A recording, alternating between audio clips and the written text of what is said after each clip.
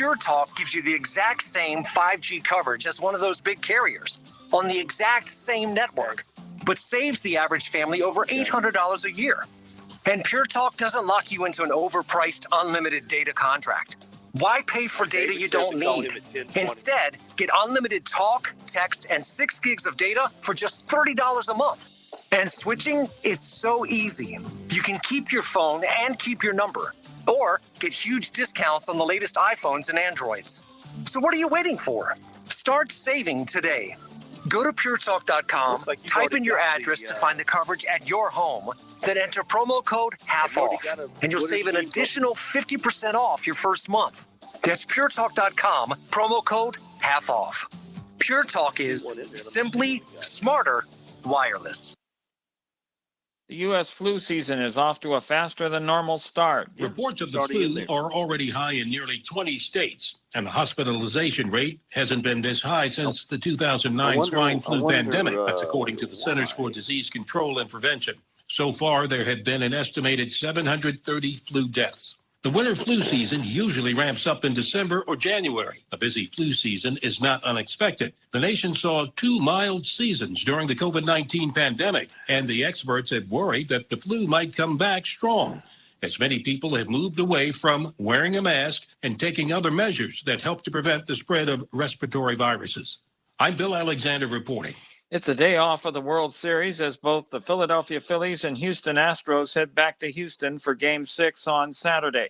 Houston's manager Dusty Baker's hoping for his first World Series victory. News and analysis at townhall.com. I'm Keith Peters. Check one. WQXL Columbia, W264DF. From the Bart Fireside Studio, the solution for keeping you warm this winter. This is 107 The Point. What can I possibly do to make this stressful time a little better? Here's one thing I found. It's a small thing, a simple thing, a remarkable thing. Smile. You can share a smile from more than 6 feet apart. You can share it socially with the whole world. In fact, right now, I'm smiling at you. And I hope you're smiling back, because smiling is in you. From PassItOn.com. Please press button now. No, that number's bigger than the one I said.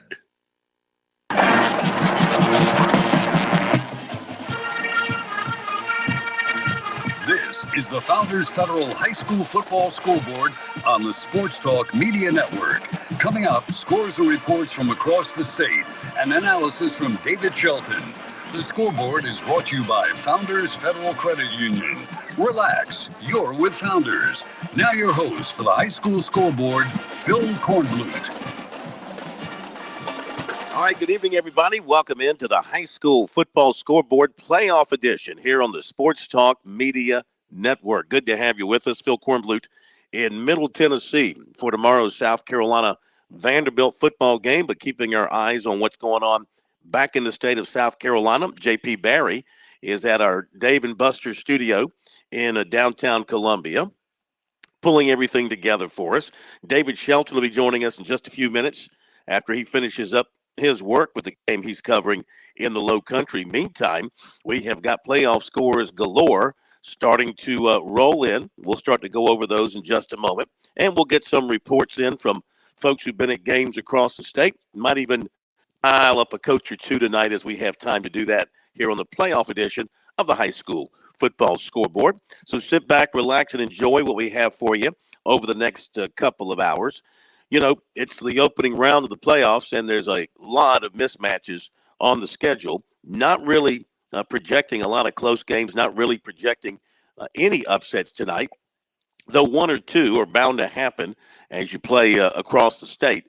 But what we've got in so far, as I take a quick look at the scores from the various classifications, well, I see one kind of a close ball game and many blowouts. Okay, for a lot of these teams, you know, this is just like a 11th regular season game, just another home gate, that sort of thing. So not really expecting a whole lot of drama across the state of South Carolina tonight. So we begin to catch you up on things in the 5A playoffs In the upper state, Dorman, big winner over Clover tonight, 37-7. And Blythewood shuts out Boiling Springs, 40-0. In the lower state, Somerville, big over Conway, 48-0. In Lexington, does the same to Wando, 45-0. In the 4A playoffs, Upper State, Catawba Ridge, 63, Riverside, 28, North Augusta, 26, Easley, 14, and Northwestern, big offensive night over Wade Hampton, final score of 64-7. In the lower state, AC Florida knocked off Wilson, 49-14. Hartsville topped Lucy Beckham, 33-14. Here's one that I mentioned a moment ago, a tight one in Myrtle Beach. Defeats May River tonight, 24-21. Another tight one, Irmo, a 14-7 winner over North Myrtle Beach. Here's one that's not tight. South Florence, big over Richland Northeast, 61-18. In the 3A playoffs in the upper state, Chester down Blue Ridge, 56-37. Chapman over Emerald, 20-7. Seneca knocks off Wren, 45-20. Camden, a 29-2 winner over Loris. In the lower state, Brooklyn Casey down Hanahan, 36-7. Beaufort tops Orangeburg Wilkinson, 52-0. And it was Gilbert over Battery Creek, final score there, 49-0. To the 2A playoffs in the upper state, Gray Collegiate 54, Fox Creek nothing. In the lower state, Andrew Jackson 66, Ridgeland Hardyville 26, Barnwell 42, Bishop England nothing, and Chiraw edged Marion 21-20. In the 1A playoffs, and we'll take a look at the upper state bracket there. In the 1A playoffs, we've got Louisville 51, Hunter Connor Tyler 8, and Southside Christian 42, Blackville Hilda nothing, and St. Joseph's 61, Whitmire 6, nothing in yet from the lower state. In the Skeeza playoffs, the 4A playoff bracket complete tonight. Hammond defeated Augusta Christian 49-7. Porter Gould in overtime over Heathwood Hall 20-17. Lawrence Manning 28, Cardinal Newman 14, and Trinity Collegiate beat Ben Lippen 28-21. In the 3A Skeeza playoffs, Wilson Hall 35, John Paul II 8. In the 2A playoffs, Williamsburg Academy 43, Thomas Sumter 12, and Colleton Prep over Northside Christian 27-7. In the 1A playoffs, Lee Academy, a winner over the Kings Academy, 54-13. So there you go with the scores that we have posted thus far. Now we'll take a look at some other scores that are being aggregated at SC Sports Source, if they've got some others that we can pass along to you. In the 3A playoffs, lower state, Beaufort 52, Orangeburg Wilkinson nothing. In the 3A playoffs, Chapman over Emerald 20-7. Porter Gould in Skeeza playoffs in overtime beat Heathwood Hall 20-17. If I am repeating some scores, bear with me here because I'm trying to just get in every score that I see. Skeeza Lee Academy 54, the Kings Academy 13. And Chester in the Skeeza 3A, Chester beat Blue Ridge 56-37. We've got Barnwell over Bishop England in the 2A playoffs, 42-7. North Augusta downs Easley in the 4A playoffs, 26-14. Also, Brooklyn Casey over Hanahan in the 3A playoffs, 36-7. Also, Hartsville over Lucy Beckham, 33-14. That's in the 4A playoffs. Let's see if anything else new here. Gilbert over Battery Creek in the 3A playoffs, 49-0 final score there. And we've done that one. I think we've done that one. Williamsburg Academy over Thomas Sumter in Skeeza, 43-12. St. Joseph's down Whitmire, 61-6, 1A playoffs. High School League. Gray Collegiate 54, Fox Creek nothing in the 2A playoffs.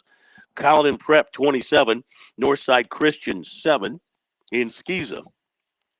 So I think we've caught you up to date on all the scores that have come in thus far. Let me give it a quick refresh and see if anything new has popped up in the last couple of minutes. St. John's Christian, 42, Patrick Henry, 6. That's in the Skeeza playoffs. West Side, in a real offensive showdown in the 4A playoffs, West Side beat Midland Valley 45-35. Skeeza 1A playoffs, Christchurch 45, MacB 7. Also, Carolina Forest has beaten River Bluff 42-28. That's in the 3A playoffs. We told you Camden over Loris 29-2. In the 3A playoffs, Dorman over Clover 37-7. Lawrence Manning top Cardinal Newman 28-14 in the Skeeza playoff action. Beaufort over Orangeburg Wilkinson 52-0 in 3A playoff action. So we're off and running with the playoffs around the state of South Carolina. Burns is up late in the fourth quarter against Hillcrest. Last update, we had 2:16 to play, and Burns was leading 31-28. Hillcrest missed a field goal with 2:45 left. So Burns trying to hang on. Hillcrest going to try and rally. We thought, in talking with David Shelton on Sports Talk, we thought that might be one of the more competitive games of the night across the state of South Carolina, and certainly that has turned out to be the case. So speaking of David, JP, let's go ahead and hit our first break of the night. Oh, we now have a final, and Burns has won that ball game over Hillcrest 31-28. So in the 5A playoffs in the upper state, Burns advances, defeating Hillcrest in a good one, 31-28. So now, JP, let's hit our opening break here. And while we do that, we'll get David on the line so we can start talking to him and breaking down some of these games. We should be getting in some reporters here in a little bit with updates from games around the state. We'll also try and catch up with some coaches as well. So stay with us here on the High School Football Scoreboard, brought to you by Founders Federal Credit Union. We'll be back in just a moment.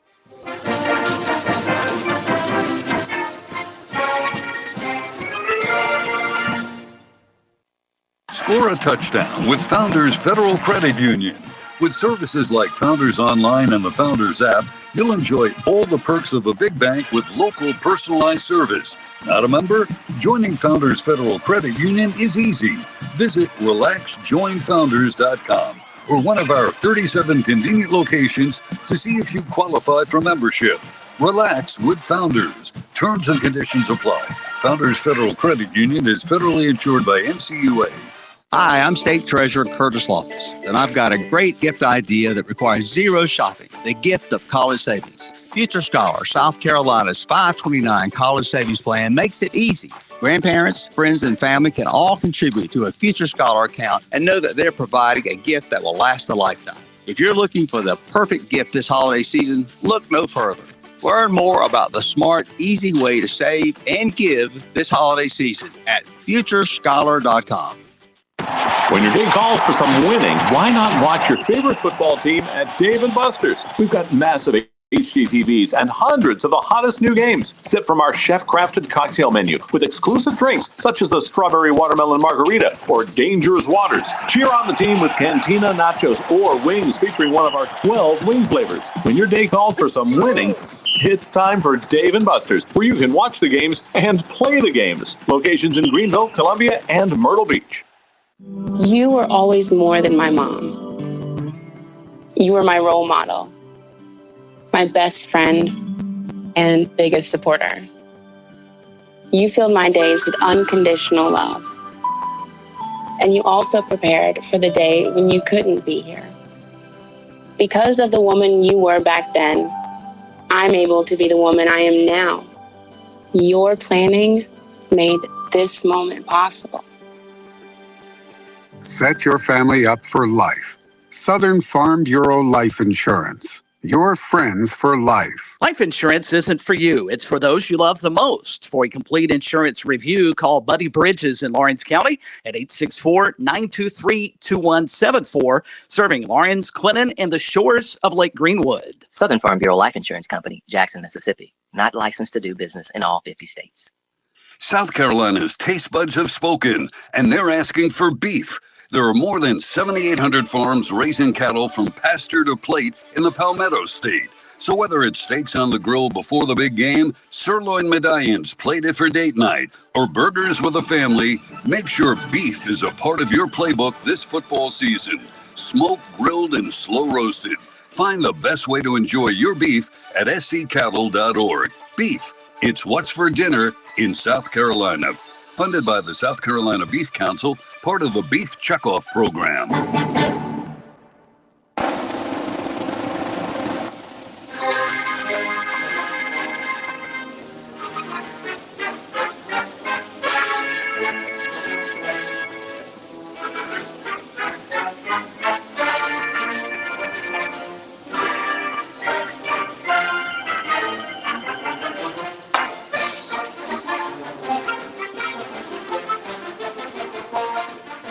Welcome back, everybody. It's the high school football scoreboard brought to you by Founders Union. This is the playoff edition of the high school football scoreboard. Phil Kornblut in Nashville. JP Barry back at the Dave & Buster studio in downtown Columbia. David Shelton will be joining us here momentarily. JP, let me know when David has come on board. If you are just joining us, let's go through the scores as we have them so far tonight.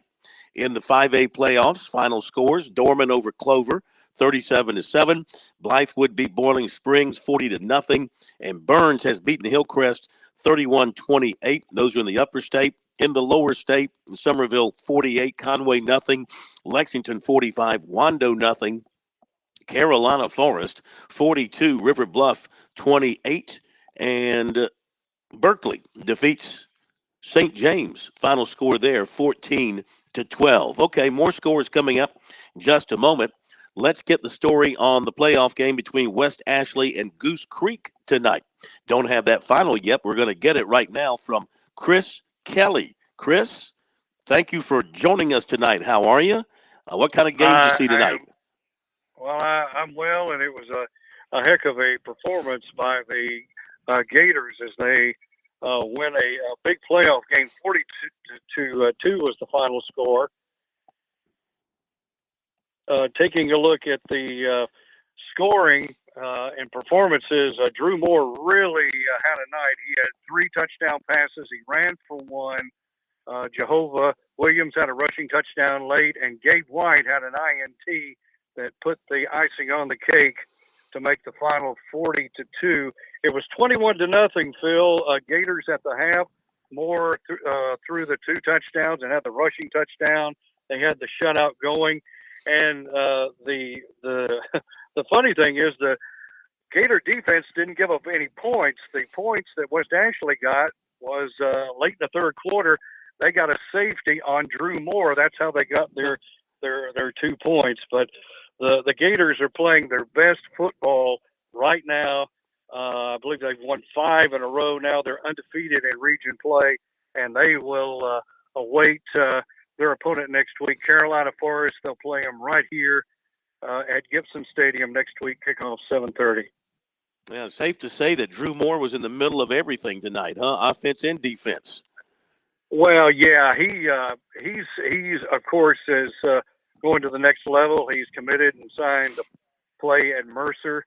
He's got a great arm. He's got some really good receivers, and as I mentioned to Coach Winstead after the game, they were 0-5. They beat Berkeley on the road, and then this Goose Creek team has just gotten better and better at all phases of the game, and they're starting to play their best football right now. And of course, being playoff time, that's the best time. No question. Chris, thank you so much, my man. We appreciate it. Have a great weekend. We'll talk to you next week. Okay, sounds good. And with that, let's welcome in David Shelton of the High School Sports Report, also of the Charleston Post and Courier. And before we go to David, let me mention this, that Barnwell has beaten Bishop England 42-7. This coming from Billy Baker, who's laid up tonight with, I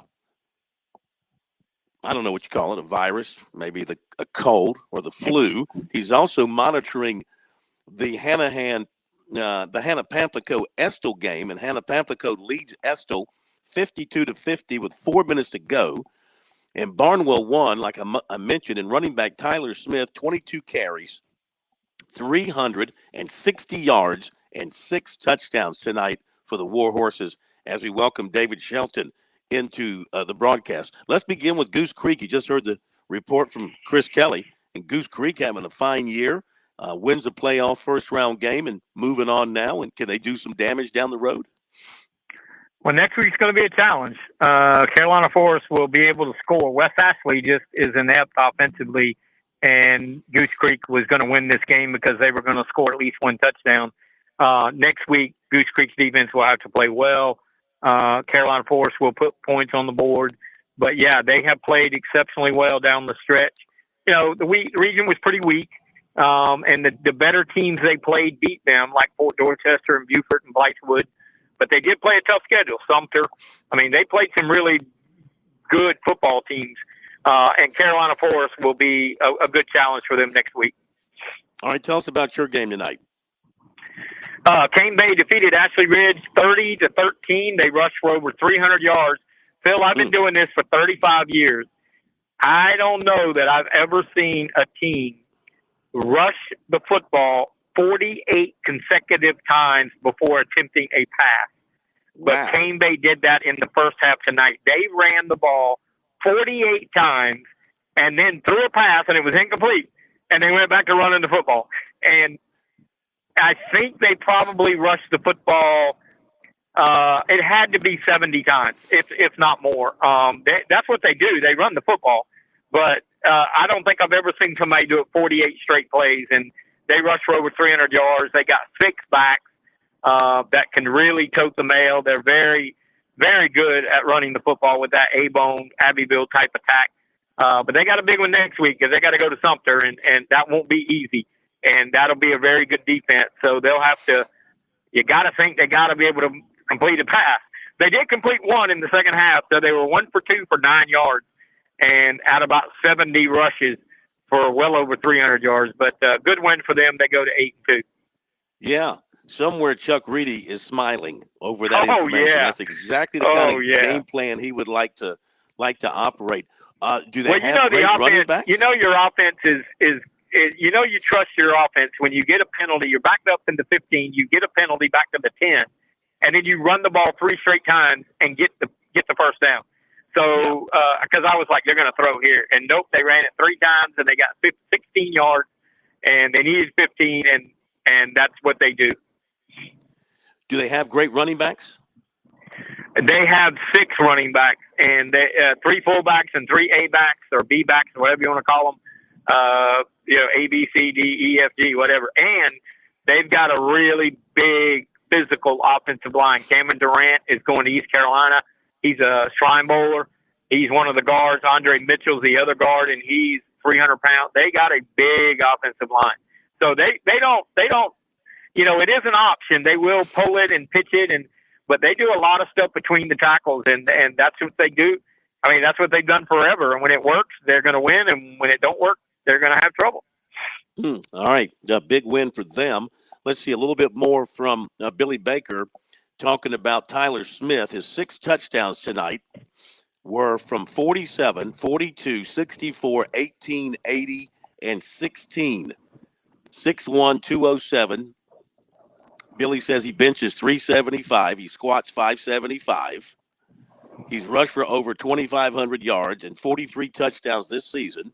Billy's wondering why he has no major offers. I think I'm not sure if it's 40 time, but you know how these college coaches are. Sometimes they're darn ignorant. He doesn't run a 4.4. Well, but he's 6'1", 207, and is very physical. I met him at Media Day in August, and he is an impressive-looking specimen. I mean, he's a good-looking athlete and very, very smart, very humble. It's crazy how they do, how these, recruiting's different now. You can get a running back that's 6'1", 207 that's got 2 years experience at the Power 5 level, and he transfers. So a lot of these high school kids are kind of going to have to do something different. And I think Tyler Smith's going to play college football. I don't know what level, but I got to believe he's going to play college football. Okay, let's go to Lane Harris, who's been a busy guy. Last night he was watching and broadcasting Coastal Carolina's win. Tonight, watching and broadcasting the win by Myrtle Beach in the 3A playoffs. Been a struggling year for the Seahawks, but you know what? Now's a good time to get hot and see if you can extend your season. And welcome in, and I should say 4A playoffs. They beat May River 24-21 4A playoffs. Welcome in, Lane. Great to have you with us. What'd you see tonight from Myrtle Beach? Well, I tell you what, it's been a Jekyll and Hyde season for the Myrtle Beach Seahawks. This is a very young team, Phil. We've been beset by injuries and inexperience, and tonight was no different.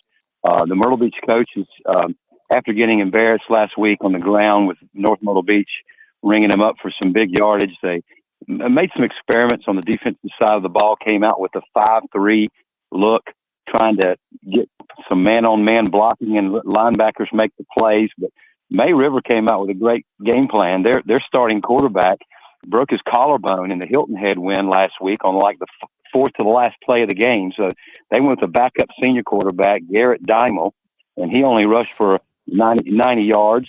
And Jaden Jones, their running back, who's going to be in the North-South game as a defensive end, 5'10", 215. He ran for about 170 yards and 2 touchdowns. Seahawks jumped out to an early lead in the second quarter at the 10-minute mark. Kenny Brown hauled in a 44-yard touchdown pass from junior backup quarterback Wyatt Cannon, replacing Trey Dunn, who went out with an ankle injury about 3 weeks ago. And Mickey Wilson also did a little experimenting on the offensive side of the ball, too. Platoon the quarterbacks between the junior Wyatt Cannon and the junior Tristan McGee. And McGee had very limited playing time all season long and only thrown 5 passes, but he went wire to wire here, rotating snaps with Wyatt Cannon. Seahawks jumped out to that 7-0 lead, and a couple of Jones touchdowns in the second quarter gave them a 14-7 lead over the Seahawks. And Lefty Contos, with 38 seconds left in the first half, puts in a field goal to make it 14-10. Midway through the third quarter, Dymel, their quarterback, runs one in from 2 yards out and gives them a 21-10 lead. Malachi Washington, who did not have a good game, he had a bruised thigh from last week's loss at North Myrtle Beach, and so he didn't run the ball very well. He and Cam Ward kind of tag team the running back spot, and we tag team the quarterback spot. Let me break in real quick, Lane, and we'll let you finish up your recap in just a moment. Have to hit this hard break on the high school scoreboard.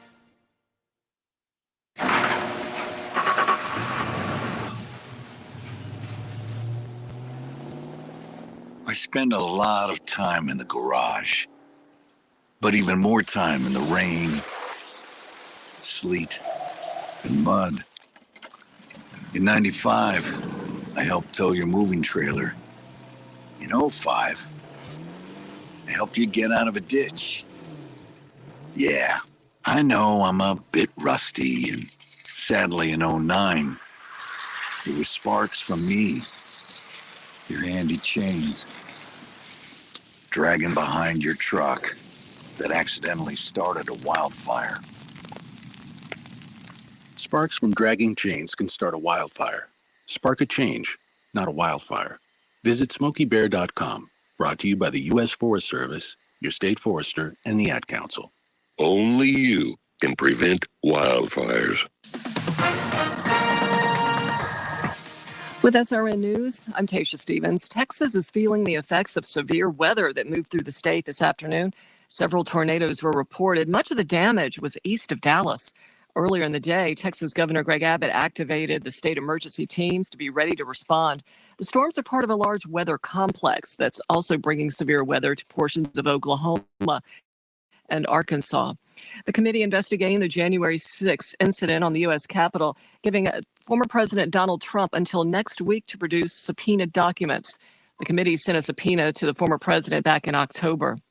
A top Federal Reserve official ready to back off when it comes to those interest rate increases. Richmond Fed President Thomas Barkin says he's ready to be more deliberate with rate hikes as a means to combat inflation. This comes as the Fed hiked rates again this week. This is SRN News. I've been talking about the people at Stone Interiors from the very beginning. They did the incredible granite counters, the beautiful granite tabletop in my home. Our kitchen is our focal point of our house. The countertops are just gorgeous. When I talk about a local company with tremendous ethics, great workmanship, someone who sees a project through from start to finish, I'm describing Stone Interiors. So have you thought about some granite or marble countertops? What about a backsplash in your kitchen? You want to retile that bathroom? Did you know you can actually go online to stoneinteriors.com, go through their visualizer software, and design your whole kitchen, your whole bathroom project? It is so cool. If that's not for you and you want to visit their showroom, they'd love to have you come out and visit at Stone Interiors, or they can even come to you when it's convenient. For more than 20 years, Stone Interiors has done this thing the right way. Call them 461-8950 to make an appointment, or visit them at stoneinteriors.com. That's 461-8950 or stoneinteriors.com. Have you fallen behind on your taxes and might be facing IRS penalties? Have wage garnishments, levies, or liens? Have unfiled tax returns? You want someone local and qualified. Don't fall for those national spots. Meet with me, Teresa, at Capital City Professional Services, and let me help you through your tax maze. I can help with all your tax resolution issues. There are options to get you back on track. Call Capital City Professional Services, 400-8683. That's 400-8683. Fran Halloran here. Now listen closely to what I'm about to say. I'm a business owner, and many of you listening right now, you're business owners as well. The first rule in owning a business is this: don't waste money. I see business owners waste their marketing dollars all the time. Not me. I figured out a long time ago, 8 years ago to be exact, that spending my marketing dollars at the point was not only intentional, but extremely profitable as well. If you're a small business owner, you owe it to yourself to sit down with Kevin Cohen and ask him to create a custom marketing plan for your business. He's looking for folks just like you who believe in local to partner with him in 2022 and beyond. Trust me when I tell you, partnering with The Point works. You will see results and your marketing budget will no longer be wasted. Give Kev a call at 803-563-8558 and tell him the Money Coach sent you. There's hundreds of fun and simple things you and your family can do to live a healthier lifestyle. Here's 20 of them. Walk to work, walk the dog, have the dog walk you, take a hike, take a bike, skate, dance, hop, jump, do the Humpty Hump, skip seconds, skip dessert, skip to my loo, don't skip breakfast, drink H2O, lower your sodium, raise the roof, shake your booty, stock up on vegetables, and don't forget to eat them. Search We Can online to find more ways you and your family can get healthy together. A message from the Ad Council, HHS, and NIH's We Can program.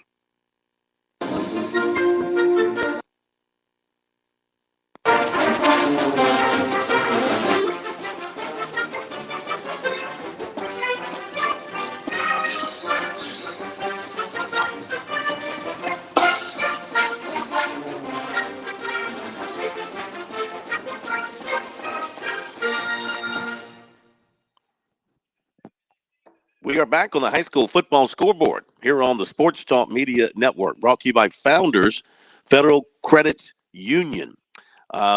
David, let's go back to Lane real quick and let him finish up his report on the Myrtle Beach win. We do have a final. Estill beat Hannah Pamplico 60-56. And Billy Baker telling us from his sick room that Estill's in their final season as a school before merging with Wade Hampton to form Hampton County High School. 73-yard kickoff return from Tyshawn Hopkins with 40 seconds left in the game and trailing 56-52, and they win it 60-56. How about that? We'll talk with David about that in just a moment and get more. But Lane is still with us. Lane, if you would, wrap up your report on the Myrtle Beach win tonight and what's ahead. Oh, this is some good stuff to finish up this ball game. After the Malachi Washington touchdown at the end of the third quarter to make it 21-17, the Sharks start on a long drive that eats up most of the fourth quarter clock, and they're inside the Myrtle Beach red zone with 6 minutes to go. Myrtle Beach turns in a big, impressive fourth down stop at the Myrtle Beach 10-yard line and take over on downs, down 4 points in the ball game. They drive down the field. They'll convert 3 fourth down conversions by flip-flopping quarterbacks between Wyatt Cannon and Tristan McGee. And with 2:40 to go, Tristan McGee, the third string quarterback for the Myrtle Beach Seahawks, throws a 10-yard touchdown pass to Jake Doty in the corner of the end zone. PAT made it 24-21. The Sharks drove right back down the field, got back inside the Myrtle Beach red zone with under a minute to play. And then with under a minute to play, one of these youngins making his first start tonight, Ante Campbell, a sophomore cornerback, comes up and punches the ball out of Gage Duncan's hands. Michael Gilliard, the Shrine Bowl inductee, falls on the fumble, and the Seahawks take over and kneel down for a 24-21 win. We got West Florence next week. Jody Jenrette and those guys over there, and that flashy quarterback they got. They beat us 25-21 in the regular season. We hope we can play good. We got to stop the run better. The Seahawks have been getting gashed on the ground. But the young kids made a big game tonight, got to win and get to survive. The Myrtle Beach Seahawks 2022 road tour continues next week. Very good. Lane, thank you very much, my friend. We appreciate it. Enjoy your weekend. You too, Phil. Thank you very much. David, how about Myrtle Beach, kind of the season they've had, and then now they put something together in the first round of the playoffs, and sometimes you catch lightning in a bottle. You can put together a couple, 3 wins, and all of a sudden you're feeling pretty good about yourself.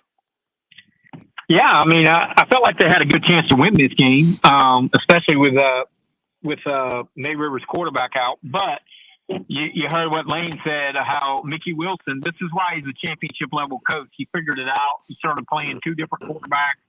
He does some things different. They've had a tough regular season, but the playoffs are a different animal. And I tell you, that first game with West Florence back in September was a 4-point game, and I'm not calling the upset here, but I'm saying that Myrtle Beach will not be, they will not be intimidated. They know they can win the football game if they just play well. So that'll be a pretty good team's gonna get knocked out of the playoffs next week.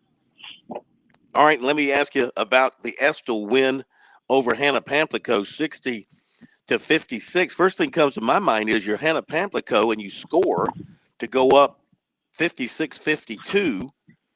But then you kick it off. I guess they must have kicked it deep, and the guy took it back for the winning touchdown. What about that ball game, 60-56? Well, I mean, the rules say that when you score, you got to kick it off. So I don't know what else they could have done. They certainly weren't going to onside kick or squib it, and I don't know how it worked out. But man, Estill is a really good team. This would have been a big upset. This was a 4 beating a 1. And this has been a big upset, but you've got to really feel for Hannah Pamplico. They lost by 1 point to Johnsonville, who's undefeated. They lost by 7 to Lamar. They lost by 3 to Latta.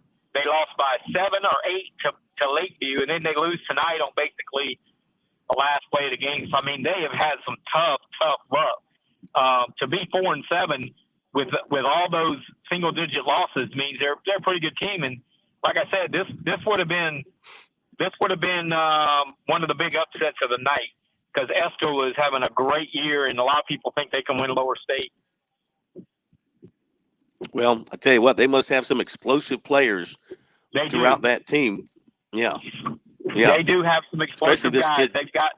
They've got athletes at receiver, and you got to remember, a couple weeks. Well, about a month ago, they beat Bamberg Earhart 42-7. I mean, they drubbed them. Now there were some things in that game. Bamberg was without several key linebackers and all. But Estill's got some explosive players. There's no question. Okay, let's continue with reports from guys at games tonight. Let's go to the new uncle, Alex Smith. Story on Dorman's win over Clover. And also, of course, congratulations to the family, the arrival of your new niece, I guess, last night. Exciting times in the Smith family, courtesy of your brother, Smitty, Matt Smith. Yeah, thanks so much, Bill. Yeah, I appreciate your kind words. We're glad to have a new addition to the family. And tonight, the Dorman Cavaliers went on the road to Clover for the second time this year. And this time, even though it was a similar outcome, Dorman looked like a much different football team from the first time they played this year. The defense was dominant from the outset. The Cavaliers, with their fourth different quarterback of the season, were able to go and get a tough road win at a tough place to play. But the defense was the story. The first time these teams met, wide receiver Deion Brown for Clover had receiving yards against the Cavaliers. Tonight they held him to 15 yards on 2 catches, under 100 yards through the air for Clover tonight. The Dorman defense was the story, and they were the reason the Cavaliers came away with such an impressive win. Well, we know Dorman's always going to score points whenever they get great defensive play. I mean, that's a bonus for them as well. Makes them doubly tough. What's up for them next week? Well, next week they'll go on the road to face Dutch Fork. We all know the challenges that faces when you go down there to play such a talented and well-coached team like Dutch Fork has been over the last 8 or 10 years. Tonight, the Cavaliers ran the football very well.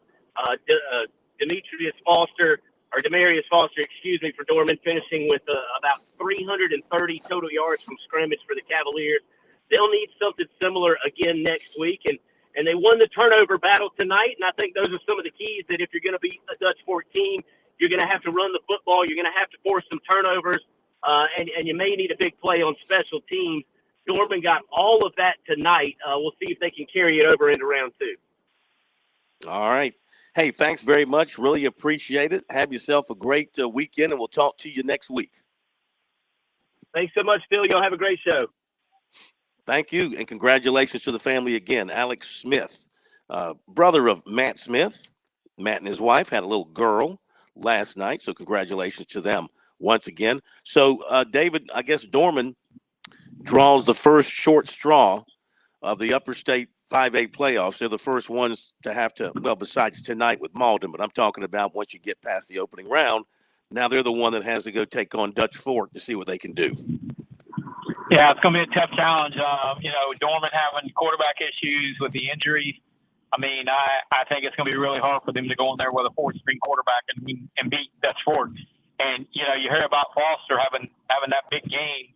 What Dutch Fork does defensively so well is they take away the other team's best offensive player. They make somebody, they are so good at making somebody else beat them. And so they're going to be ready for Foster. And Dorman's just going to have to find a way to score because Dutch Fork's going to score. I mean, that's just the way it is. They're going to score points. Okay, let's continue on the phones. We got a lot of guys calling in from games tonight. We really appreciate it. Next up, let's see. We go to Kevin Selman and the story on TL Hanna and White Knoll tonight. We haven't even gotten that final score in yet, so you can tell everybody across the state how that one turned out. Kevin, thanks for joining us. Thanks for having me, Phil. What an exciting night at Jim Frazier Field at TL Hanna. The Yellow Jackets prevail 36-35 in a exciting back and forth game all night long. As I was listening to the other calls, I was thinking our statistician that's with us every week, he's in South Bend tonight, so I don't have the stats for you, but I got some good guesstimates I can tell you. The steady dose of the Hanna Queen T offense with between Kenny Fretwell and Vashawn Burton and Sashim Latimer, a couple of 100 yards rushing, not as many as you normally would think. But here's the stat for you. I can remember of 6 completions tonight for the Yellow Jackets, probably close to 100 yards in passing, which is unheard of for this team this year. But just a back and forth game all night long. I tell you, really impressed with what White Knoll and what their coach has done down there. The Yellow Jackets got the opening kickoff and returned at 90 yards for a touchdown to go up 7-0. White Knoll immediately responded, took the ball rather easily down the field to tie it at 7. It goes back and forth, and White Knoll has the football. Yellow Jackets are leading 23-21 with 11 seconds remaining in the first half of play, and White Knoll scores a touchdown right on the last play to take a 28-23 lead at halftime. White Knoll then gets the opening kickoff and takes it straight down and scores again to extend their lead to 35-23. And that's when the Yellow Jacket defense finally stood up, made a couple of big plays down the stretch. 4th and 16, there was a pick 6 by Keegan Cole for the Yellow Jackets. to give the Jackets the lead for the final, the game-winning score. And the defense held on at the end as the clock ran out. And just a big win tonight for Coach Tone and the Yellow Jackets. Sounds like it. Boy, they really struggled with this one at home to be down by 12 and had to use a big defensive play to pull it out in the end. Yeah, and I tell you, we talk about all the time. We run the wing tee. We call it phone booth football. It puts some people to sleep, but it can have big play opportunities. And we play a lot of close games. I mean, all year long, just about every one of our games were close and down to the wire. And I really think it prepares the team when games like this come down. I mean, just about every one of our games have been like this, right down to the final play or the final drive. And we're 10-1, so they're doing something right over there. And but it doesn't get any easier. Next week, the Yellow Jackets will host we call it big boys, the Spartanburg Vikings, will become the Jim Frazier Field next Friday night. Oh man, that place will be packed. You talk about electricity. That will be the place to be. That's going to be a great football game. Thank you so much. You heading up to South Bend, or are you going to watch it on the tube? I am headed to South Bend. I'm in my driveway right now. I'm getting ready to go in and take a little nap, and I'm planning on leaving about 4 in the morning and heading up. And we'll be there plenty of time before kickoff, but I'll be there, Lord willing. You're driving? Yes, sir. I am driving. Okay. Everybody clear out of the way. That's a No, sight I'm to a be good seen. driver. I'm one of those guys that puts it on cruise control at the speed limit and get in the right-hand lane. And I like to watch people fight. I just sit over and cruise. There you go. Well, you be careful, and we'll talk to you next week. Thank you, Phil. Thank you. Okay. Kevin Selman, story on the Hannah win over White. No, David, we didn't see that coming, did we? We didn't see that kind of a 1-point game between these two. No, but I tell you, we've been listening to reports all year, and Hannah's defense has given up some stuff this year, and if they don't play better next week, they'll get beat by Spartanburg. But they're finding ways to win, and like Kevin said, they're 10-1, so they're doing something right. They're just not doing it the way they have in the past, where they would just run the football and teams couldn't score, teams couldn't get the ball from them. But White, I tell you, Coach Pelham over there, coming from Dutch Fork, he's got them going in the right direction. I mean, I felt like that White Knoll could compete in this game. I certainly didn't think it would be a 36-35 game, but I thought they could compete because they played some good teams. They played Dutch Fork, Lexington, River Bluff. They played a good schedule, and I didn't think they would be intimidated by this. But obviously Hannah's offense is still pretty darn good. But they're gonna have to play really good on defense next week to get by Spartanburg. Hey, real quick, let me ask you: did you get a Fort Dorchester Stratford final? No, I have not even thought about it, but I will look on my email when I get a chance, because I usually get an email, a stat sheet from them. That's the one in the 5A, the 1-5A playoff game. We do not have a final in on yet. All right, we need to take a break before we get up against it, and then we'll get back to more reports. So appreciate you folks hanging on. Going to get to you in the order that you rolled in, so don't go anywhere. And we'll get to as many of the reports here before the top of the hour, and then more as we hit the 11 o'clock hour in just a few minutes. You stay with us as well, because you're listening to South Carolina's only statewide high school football scoreboard show every Friday night right up to championship weekend, brought to you by Founders Federal Credit Union. Founders Federal Credit Union knows your life is busy and your money is important. We are proud to offer local personalized services and convenient online services like Founders Online and the Founders app. You'll love being with us as much as we love serving you. Visit relaxjoinfounders.com or one of our 37 convenient locations to see if you qualify for membership with Founders. Relax, win with Founders. Terms and conditions apply. Founders Federal Credit Union is federally insured by NCUA. Touchstone Energy cooperative members save more on electricity, and members save more on insurance, groceries, healthcare, restaurants, travel, concerts, and sporting events through Co-op Connections. Touchstone Energy is an alliance of the member-owned electric cooperatives, and as a member, the power is yours. Experience the power of co-op membership with Touchstone Energy and find out how much you can save on electricity and a whole lot more at touchstoneenergy.com.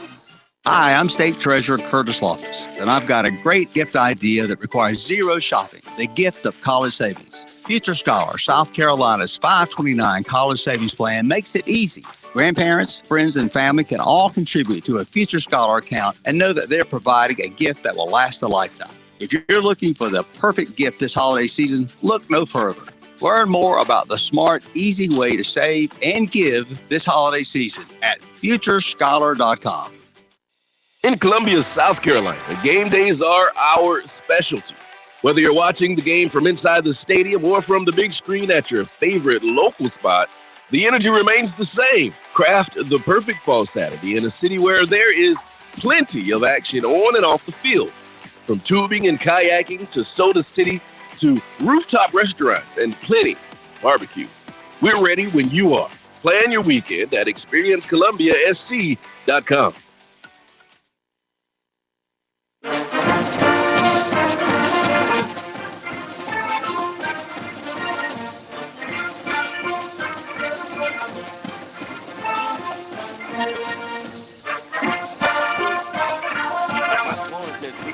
Elgin 52-27, and Fort Dorchester, as we were asking, David gets us the score, as well as our man Bob Corlew, 37-21 Fort D over Stratford. Going to go over all the scores from all over the state, upper and lower state, coming up in a couple of minutes. Folks have been waiting. They've been patient. Their patience will run out if we don't get to them. Chris Deering, C.A. Johnson, and Ridgeview tonight. This would be in the 1A playoffs. C.A. Johnson, Ridge Spring Monetta. And what you got for us, my man? Hey, it was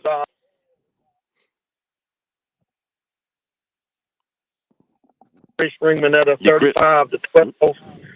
And, just big for that program. Scotty Dean's trying to build something over there. Caleb Pearson, the quarterback, ran for 5 touchdowns tonight. The defense ended up with about 8 sacks. And I tell you, Caleb Pearson and the running back, DeJuan Rice, neither one of those guys didn't make any all-star games. There's still a couple out there that they might can make. But, man, those guys are football players. They don't come off the field. I think Rice had about 5 of the sacks by himself. And just a really big win for C.A. Johnson tonight. Yeah, and he is the coach there, like you mentioned. That's a tough situation to try and win football games. I don't have a great history for football, but he's gone in there and done a really nice job this year. Made them very competitive. Yeah, they got 7 wins now, and I think I got to go back and check, but I think this is the first time since 2009 that they've won 7 games in a season. So, he's got them going in the right direction 2 years in a row. They've won a playoff game. Now next week they got to get on the bus and go to Wagner Sally. That's the team that they beat in the first round last year. So they know they can beat them. So it'll be interesting to see if they can go and win another one. And like Scotty Dean told his team after the game, they're one of 16 teams left playing. And that's the way you got to look at it right now. Absolutely. You'll have a complete story tonight on your website, Prep Red Zone, and updates on all the other games and previews on all the games next week. We appreciate it, Chris. Have yourself a great weekend. All right, you have a great weekend too, Phil. Thank you so much, Chris Deering. Baptist Hill beat Scotts Branch 8-0. Indian Land over Lawrence 41-20. Let's go to Monty Dutton with the story on the Clinton game tonight. And we don't have that final yet, Monty, so tell us how it turned out. The final score was Clinton 49, Travelers Rest 14. It was 42-8 at halftime. And Clinton's Mr. Everything, Bryson James, get a load of these numbers. 5 carries, 142 yards, 2 touchdowns, including a 78-yarder. Clinton also had some of those vintage Clinton passing numbers. 1 of 2 for 56 yards and a touchdown. That was Jyshawn Copeland, who rushed for 84 and caught 1 pass for 56. And I should just, you never get a chance to mention it, but Clinton's kicker, Keegan Fortman, has strep throat, and the backup kicker hit 7 of 7 extra points. So they don't get mentioned, particularly the backup kicker. But Clinton played, they have JVs called up, and they played everybody a lot, and starters didn't play much in the second half. As I said, it was 42 at halftime. And the biggest other point game, extraordinary number of penalties. Clinton had 3 touchdowns. You can't count them all because they scored anyway on a couple of those times. But they rolled up 392 yards rushing and the aforementioned 56 passing. And Travelers Rest, never quit. Their quarterback, Caleb Mills, hit 19 of 38 passes for 258 yards. But it was an easy Clinton victory, and the Red Devils, other than a lot of penalties, and I swear I've been saying this all year, when Clinton gets penalties, it just makes them madder. And so it was. I would have to say that Clinton has I think at least in the upstate, the toughest second round game for a number 1 seed, because Clinton will face Belton Honeypath, which is a very good team, in the second round at Wilder Stadium next week. How many touchdowns did you say James scored? 5 carries, 142 yards. How many touchdowns? 2. That would give him 25 for the year. 25 on the year and 392 yards rushing for the team. Okay, Monty. That put him over 1,200 yards rushing. Jackson Copeland had 84. It was a typical wide open Clinton running game tonight. Yeah, sounds like it.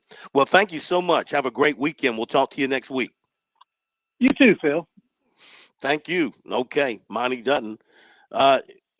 David, we should get Clinton and T.L. Hanna together in a football game and see if they can play it in 90 minutes. Well, I don't think there'd be any doubt. After the game I watched tonight with Cane Bay, I'd put Cane Bay in that category. If those type of games are so great when you have early deadlines at the newspaper, I can tell you that. Yeah, really. But you know what? I mean, coaches, they find offenses that work with the players that they have available, and they make it work. And it works for these teams, and they become very successful. Well, I mean, it's all about blocking and tackling, and if you can block them up front, you can run the football. And I'm old school anyway. I like the running game. I'm not a big spread guy. I mean, I understand it scores points and sells tickets and all that, but I like these teams that line and try to be physical. Hang on, old man. We'll be back after the break. Weekdays from 7 to 9 on The Point. It's Kev and Brian in the morning. The news, the traffic 4 times an hour, and your daily forecast. Topics to wake you up, topics to make you smile and laugh. Hope you'll join us. The Point. The Point. WQXL Columbia, W264DF. From the Bart Fireside Studio, the solution for keeping you warm this winter. This is 107 The Point. News this hour from townhall.com. I'm Tasha Stevens. Deputy Pentagon Press Secretary Sabrina Singh says the U.S. is providing Ukraine more military aid. The department is announcing approximately $400 million in additional security assistance for Ukraine. It includes refurbished anti-aircraft missiles, armed kamikaze drones, armored riverboats, and T-72 tanks with advanced optics, communications, and armor. These tanks are coming from the Czech Republic defense industry, and the United States is paying for 45 of those to be refurbished, and the government of the Netherlands is matching our commitment and will provide an additional 45 tanks. So we're looking at a total of 90 tanks going into Ukraine. Daylight saving time is out. Standard time is in this weekend. It means a change for most of the United States. Standard time returns at 2 a.m. local time Sunday. It'll last until March 12th, so the clock goes back an hour. Darkness will arrive earlier in the evening, but it will be lighter earlier in the morning. Of course, some are already there. Hawaii, American Samoa, Guam, Puerto Rico, the U.S. Virgin Islands, and most of Arizona do not observe daylight saving time. The twice-a-year time change has led some members of Congress to push to make daylight saving time permanent. The Senate passed the Sunshine Protection Act in March, but the House hasn't acted on it. Ben Thomas, Washington. Well, Texas feeling the effects of severe weather that moved through the state earlier today. Several tornadoes were reported, much of the damage east of Dallas. Earlier in the day, Texas Governor Greg Abbott activated and deployed state emergency teams to be ready to respond. The storms are part of a large weather complex, also bringing severe weather to portions of Oklahoma and Arkansas. The committee investigating the January 6th incident, giving former President Trump until next week to produce subpoenaed documents. More on these stories at townhall.com. My name's Adam Barada. I'm the owner of Advantage Gold, the highest rated precious metals firm in the country. Now, we've won the Best of TrustLink award 4 years in a row because we educate our clients on how to buy gold and silver the right way. We don't pay celebrity spokespeople millions of dollars. We'd rather pass that value on to you. Call 800-900-8000 and speak with one of our experts. We'll send you a free gold kit along with my latest national best-selling book, The Great Devaluation. Call 800-900-8000. Call 800-900-8000. The word is out. People are abandoning their overpriced wireless carriers and flocking to Pure Talk for the same 5G coverage, but at a fraction of the price. In fact, the average family saves over $800 a year when switching from Verizon, AT&T, or T-Mobile. Get unlimited talk, text, and 6 gigs of data for just $30 a month. Go to puretalk.com, then enter promo code HALF-OFF, and you'll save an additional 50% off your first month. That's puretalk.com, promo code HALF-OFF. The lone volunteer in a unique study involving a gene editing technique has died. 27-year-old Terry Horgan had muscular dystrophy. Medical ethicist Arthur Kaplan says outside researchers don't know enough about the death of Horgan to know if the gene editing technique he was testing was a factor. Very sadly, Terry died. And it's already been many days since he passed. But we don't know what's going on, and that's another problem with these studies on a single patient. They're not obliged, if you will, to go out and say, well, this is what we think happened. His death's raising questions about the experiment and the overall prospect of what one ethicist calls designer genetic therapy. A hospital in Florida taking a new approach to evaluate patients with potential brain damage. Tampa General, the first in the nation to use an FDA-approved rapid blood test to examine people with severe head or neck injuries. The test allows doctors to make accurate assessments faster. More details at Town Hall. WQXL Columbia, W264DF. From the Bart Fireside Studio, the solution for keeping you warm this winter. This is 107 The Point. Right now, we all might feel a little disconnected. For seniors living alone with smaller social circles, feelings of loneliness and isolation can feel overwhelming. But there's something we can all do to help. Connect with your older loved one virtually and have the conversation of a lifetime with StoryCorps Connect. Anyone can conduct an interview, and every interview will be archived at the Library of Congress, becoming part of American history. Connect, honor, share at StoryCorpsConnect.org/AARP. A message from AARP, StoryCorps, and the Ad Council. By the way, before we do what's supposed to happen here, thank you for pushing the button. The Point.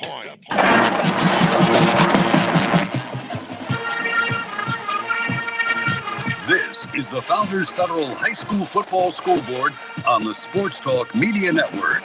Coming up, scores and reports from across the state and analysis from David Shelton. The Scoreboard is brought to you by Founders Federal Credit Union. Relax, you're with Founders. Now your host for the High School Scoreboard, Phil Kornblut. Okay, welcome back, everybody. High School Football Scoreboard, hour number 2 of this first Friday night of the playoff season in South Carolina. Quick run to the championship weekend coming up, the first weekend in December, in Columbia, with all games being played over at Benedict College. Again this year, Phil Kornblut here in Nashville, David Shelton from down in the Charleston area, J.P. Barry at our Dave & Buster's studios in Columbia, making sure everything is running smoothly tonight. He's done a fantastic job. We appreciate that very much. Before we give you all the scores, I want to get back to guys who've been waiting to give us reports. Let's go to Garrett Mitchell, story on the Woodruff Broome game. We just got that score a couple of moments ago, and what a ball game that was, Garrett. A lot of offense. Wolverines win at 42-34. Sounds like a kind of a back and forth kind of game. Phil, I tell you what, man,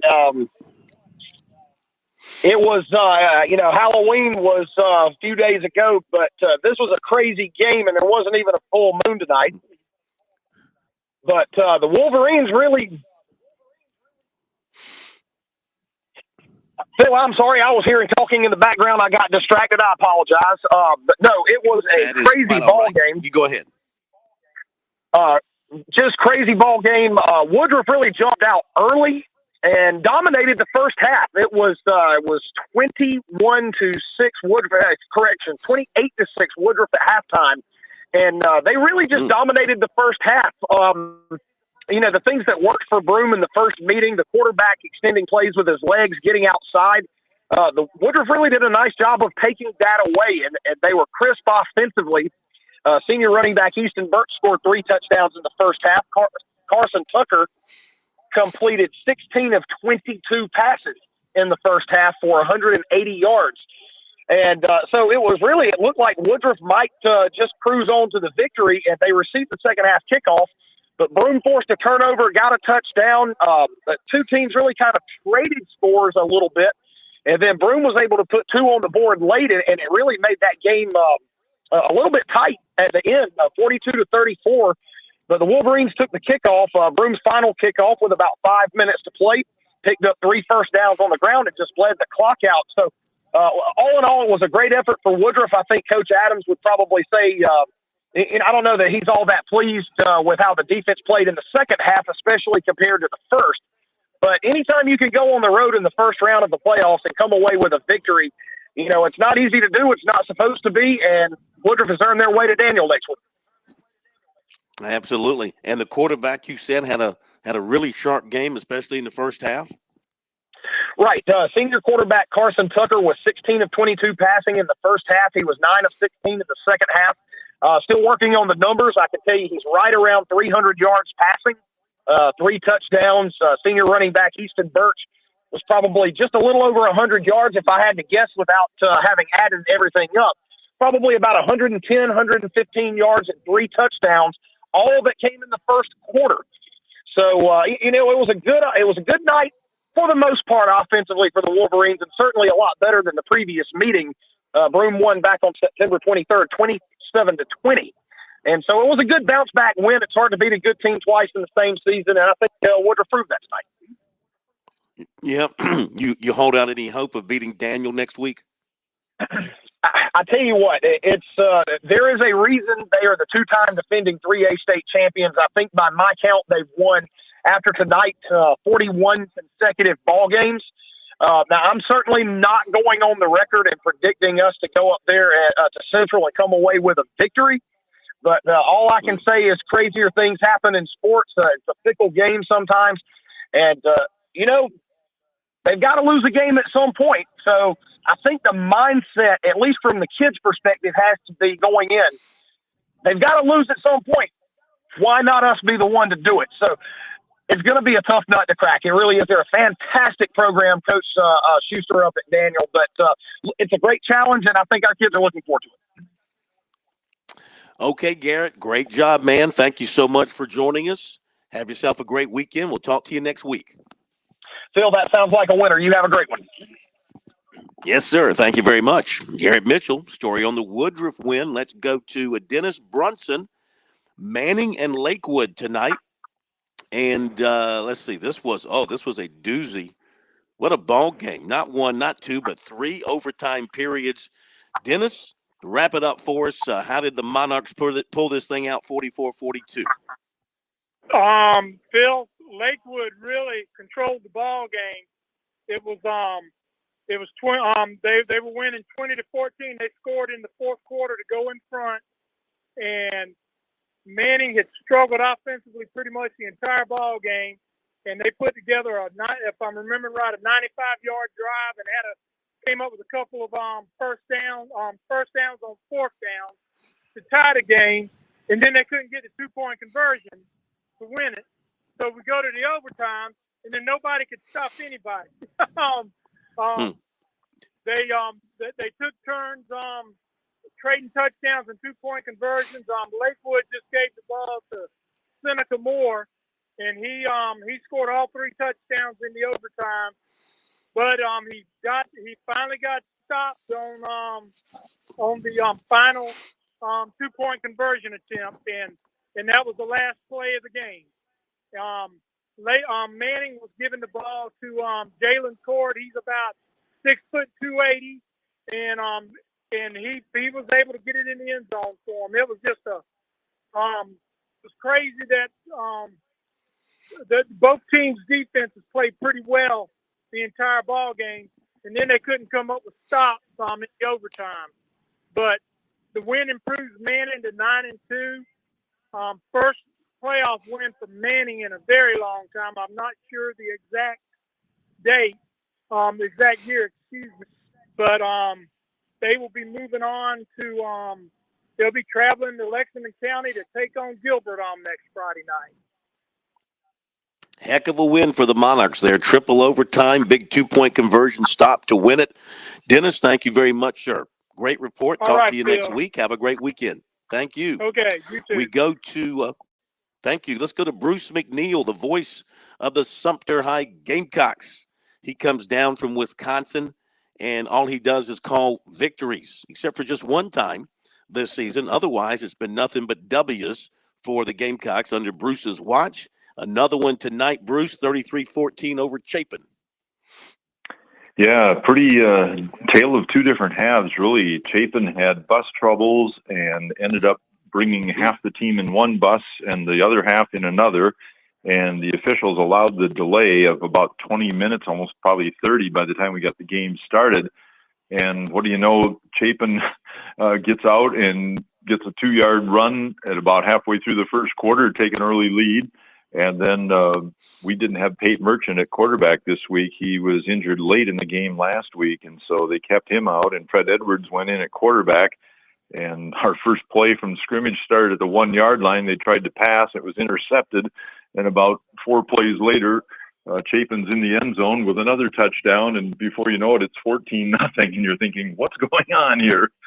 But John Peoples had a big night running the ball for Sumter. I have him for over 160 yards, roughly 19 for 167. Added 4 more touchdowns. He's now over 100 points on the season. And they got the real lift came from Jamal Taylor, senior linebacker, had a pick 6 about midway through the second quarter and took it 80 yards. And that tied the game. And that was the real momentum switch. And they just kind of imposed their will as a strong running team. And Edwards started to get hot, throwing deep passes downfield and completing them. And they had a couple of quick scoring drives that got them into the end zone a lot quicker. And you could just tell the passing attack, it's a young team at Chapin, and the passing attack is meant to kind of wear you down. But Sumter started licking the chops. They got 1 more interception later in the game. And I had Brady Albro with like 27 or 28 out of 44 for about 267. He threw for 1 touchdown, but had a couple of picks, and their ground game just really didn't add much. So it was all Sumter. They scored the last 33 points of the game and went on with that win. Yeah, what you probably don't know is, because you weren't here, is Chapin had a quarterback who is one of the best quarterbacks in the country, but he's at IMG Academy down in Bradenton, Florida now. So Coach, that was a big Coach loss mentioned that before the game. Yeah. They had a very special quarterback that makes all the difference in the world. Tell us about the Peoples kid. Give me some details on him. Just really strong tonight. They do a lot of direct snap to him sometimes as a wildcat, and most of his scrimmage yards came as handoffs, and they run strong to the left side of their offensive line.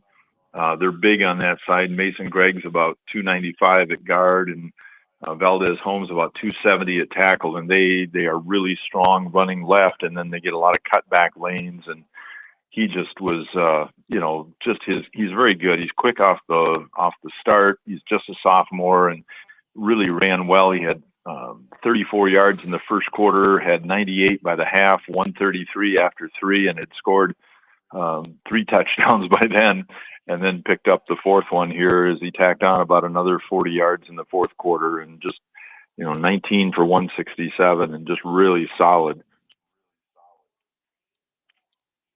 What's his first name? John Peoples. I'm sorry. Yeah.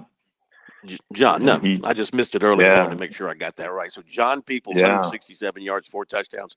Okay, and you guys will get Cane Bay next week, and that should be a real test for your defense because they run the ball. They love to run the ball. That's pretty much all they do. As David said tonight, you might not know this, Cane Bay, according to David, who was at the game, 48 straight plays of running the football before they threw a pass. Wow. That sounds like a lot of the teams I saw in Wisconsin. Run. Yep. You're going to see that next week. Yeah, this game kind of broke down in the second half. Both teams unofficially over 100 yards in penalties, and most of those came in the 3rd and 4th quarter. A lot of unsportsmanlike, a lot of holding, a lot of just it really kind of lost its flow and momentum, and like every other play would have a flag, and so the game started late and just kept running late. But a win is a win. They don't care after you put them in the book, right? Exactly right. You don't give it back. Hey, thank you so much. You have a great weekend. We'll talk to you next week. Yeah, we'll be looking forward to that. Thanks so much. Thank you. All right, Bruce McNeil, the story on the Sumter win tonight. So we've got every score in now from the high school league playoffs, and we're just missing a few scores here and there from the SCISA playoffs. So we're going to hit our break, and when we come back, we'll go through the scores by classifications, let David break down each class, tell you what. Well, there aren't a whole lot of surprises. A few tight games in there that might raise some eyebrows, but in terms of the victors, pretty much gone to chalk so far. But now things will get really interesting starting next week. We will do a deep dive into the mind of David Shelton. I know that's scary. We'll do that after the break. Show your team pride wherever you go with Founders Federal Credit Union's collegiate debit cards. Get your University of South Carolina and Clemson University debit cards at any Founders office or by calling 1-800-845-1614. Plus, our debit cards are digital wallet ready, so you can pay however you please. Not a member? Visit relaxjoinfounders.com or one of our 37 convenient locations to see if you qualify for membership. Terms and conditions apply. Founders Federal Credit Union is federally insured by NCUA. Your home is where your memories live. It's where you laugh and where you love. We understand the importance of the valuables under your roof, tangible and intangible alike. So no matter what's around the corner, we'll be there, offering you and your family the support that's made Farm Bureau Insurance a trusted name for nearly 70 years. You deserve more. You deserve a promise. Learn more at scfbins.com. Call me, Alex Satterfield, at 803-749-9171 for all of your Midlands insurance needs. When your day calls for some winning, why not watch your favorite football team at Dave & Buster's? We've got massive HD TVs and hundreds of the hottest new games. Sip from our chef-crafted cocktail menu with exclusive drinks such as the Strawberry Watermelon Margarita or Dangerous Waters. Cheer on the team with Cantina Nachos or wings featuring one of our 12 wing flavors. When your day calls for some winning, it's time for Dave & Buster's, where you can watch the games and play the games. Locations in Greenville, Columbia, and Myrtle Beach. South Carolina's taste buds have spoken, and they're asking for beef. There are more than 7,800 farms raising cattle from pasture to plate in the Palmetto State. So whether it's steaks on the grill before the big game, sirloin medallions plated for date night, or burgers with the family, make sure beef is a part of your playbook this football season. Smoked, grilled, and slow roasted. Find the best way to enjoy your beef at scattle.org. Beef, it's what's for dinner in South Carolina. Funded by the South Carolina Beef Council, part of the Beef Checkoff Program.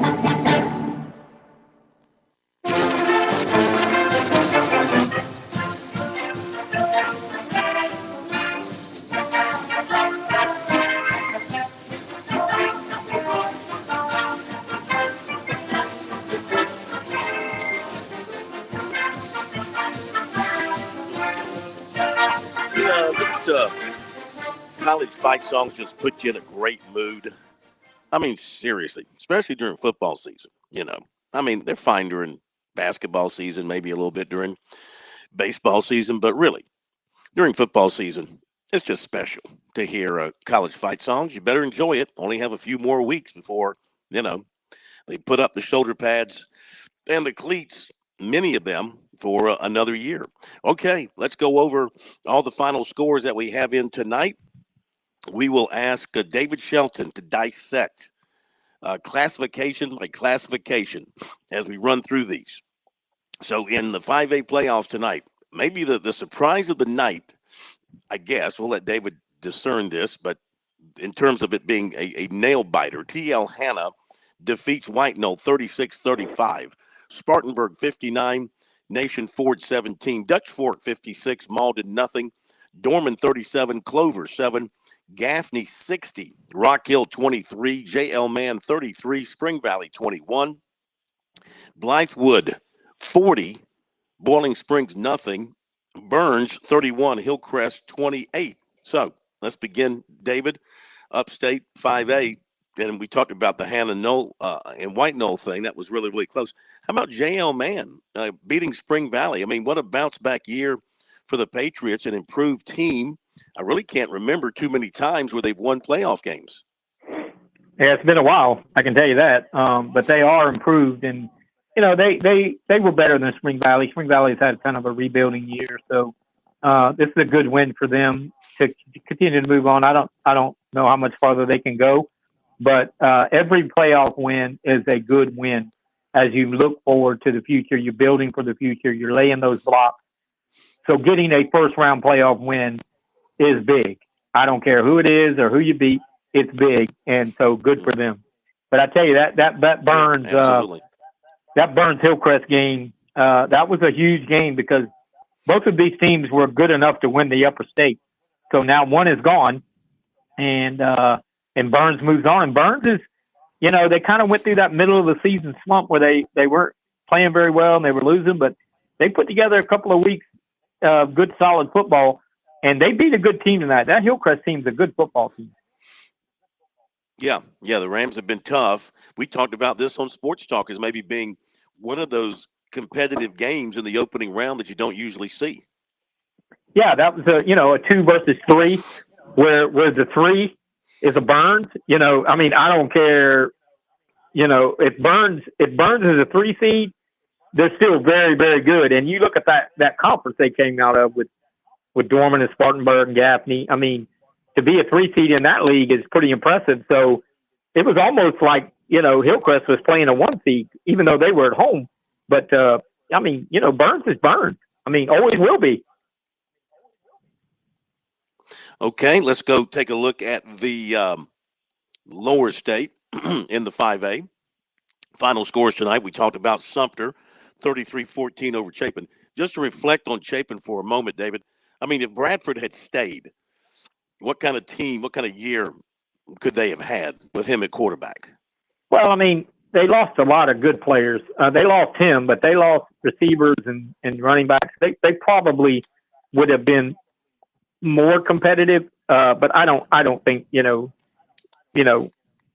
have led them to a state championship or anything, which may be why he left. Maybe he looked around and said, oh boy, I got to go somewhere where I got some playmakers. But certainly he would have made a difference because he's a very good quarterback. But it takes more than one guy. You got to be able to block them, and you got to be able to stop them, and you got to be able to catch it and throw it and run it. He would have had the throwing part down, but the rest of their situation, they would have had some issues. All right, the game you were at, Cane Bay beat Ashley Ridge 30-13. Somerville over Conway 48-0. Lexington beat Wando 45-0. Goose Creek 40-2 over West Ashley. Carolina Forest 42, River Bluff 28. Fort Dorchester 37, Stratford 21, and Berkeley beat St. James 14-12. So what do you make of the Low Country 5A? Well, Berkeley gets the opportunity to go to Fort Dorchester, so they draw the short stick. One of those teams is going to have to go play Fort. The Goose Creek Carolina Forest game looks like that's going to be a really good game. I think Cane Bay going to Sumter, we'll see. But I tell you, Lexington Somerville, two teams that are good enough to win Lower State, but one of them's going home in the second round. That is going to be a heck of a football game next week, Lexington at Summerville. Okay, let's go to the 4A. In the upper state, Greenville 63, Aiken nothing. South Point 38, Greer 14, Catawba Ridge 63, Riverside 28, North Augusta 26, Easley 14, Westside 45, Midland Valley 35, Indianland 41, Lawrence 20, Greenwood 49, South Aiken 42, Northwestern 64, Wade Hampton 7. A lot of points being scored in the upper state 4A in the opening round. And I guess, I don't know, the Greenwood South Aiken game, maybe Westside Midland Valley, very competitive there. What'd you take away from that group of games? Yeah, South Aiken's been a team that's been able to score all year. They've had some issues defensively, and obviously they had them tonight against Greenwood. But, Greenwood's a team, their record doesn't look real shiny and things, you kind of wonder. But they're pretty good. And I'm not saying they're going to win next week or even after that, but I'm saying, for them to win the first round game is a big step. I think Northwestern kind of showed that they're, kind of establishing themselves as the team to beat in the upper state. But Catawba Ridge bounced back with a nice win tonight. Westside continues to win. So it's going to be some interesting second round matchups next week. Yeah. What about South Point and Greenville? I mean, you talk about putting in some fresh light bulbs in the scoreboard. You're going to need that in that ball game. Yeah, especially on Greenwood side. The scoreboard operator better take a nap that day, because his night from 7:30 to 10 o'clock is going to be really busy. No question. All right, 4A Lower State, AC Flora continues to win. 49-14 over Wilson. Hartsville over Lucy Beckham. 33-14. West Florence 52. Lugoff Elgin 27. Myrtle Beach 24. May River 21. Irmo beat North Myrtle Beach 14-7. James Island 32. York 14. Bluffton 49. Westwood 20. And South Florence 61. Richland Northeast 18. Your take? Well, I think looking at where we go next week, James Island Irmo will be a very competitive matchup. Everybody keeps, and rightly so. I'm not saying this is wrong, but everybody points to South Florence and West Florence and AC Flora in the lower state. But this James Island team, they're a little sneaky. They got some players. I've seen them up close and personal. They got a really solid quarterback, not a big time college prospect, but the guy just makes great throws. That never throws a pick. So they're going to be at home. I think James Island could get to the third round, and then we'll see, with the South Florence, AC Florida, Myrtle Beach and West Florence, that rematch, that's going to be a really good game to watch to see how that turns out. Well, Myrtle Beach, they feel like they owe them something.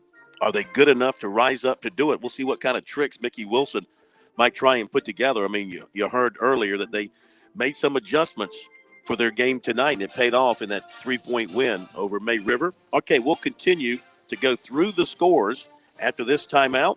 Also, Ian Garrett, he'll join us to talk about the North Myrtle Beach game tonight. That'll be coming up after the break. What makes a rainbow bend?